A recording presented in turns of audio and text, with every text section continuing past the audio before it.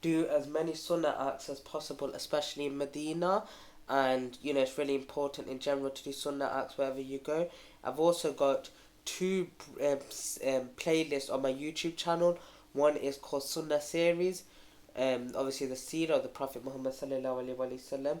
I've also done a third playlist, which is a day in the life of the Prophet Muhammad sallallahu alaihi wasallam, which you can access on my YouTube channel. You can access those videos on TikTok, but for easy use, my YouTube channel is Spread Deen Hub. You can access that, and if you're viewing this from my TikTok, then you know where to find it.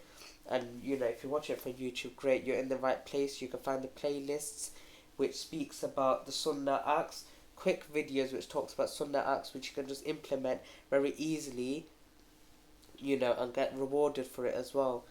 And you can go more in depth when you look into the day in the life of the Prophet Muhammad sallallahu alaihi wasallam, what he used to do throughout the day, what acts of worship he did, how did he, visiting a graveyard, seeing his grandkids, having a nap, all this, and how he used to sleep before he used to sleep, because this is all ibadat to Allah subhanahu wa ta'ala, and it's not just limited to, acts of worship in the sense reading prayer, but rather sleeping in itself, you can treat it as an act of worship to give you energy with the right intentions.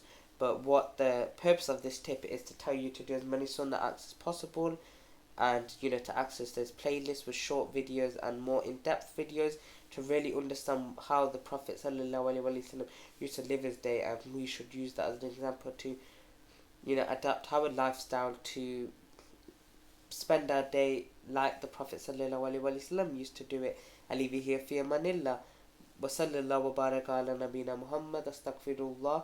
Assalamu alaikum wa rahmatullahi wa barakatuh.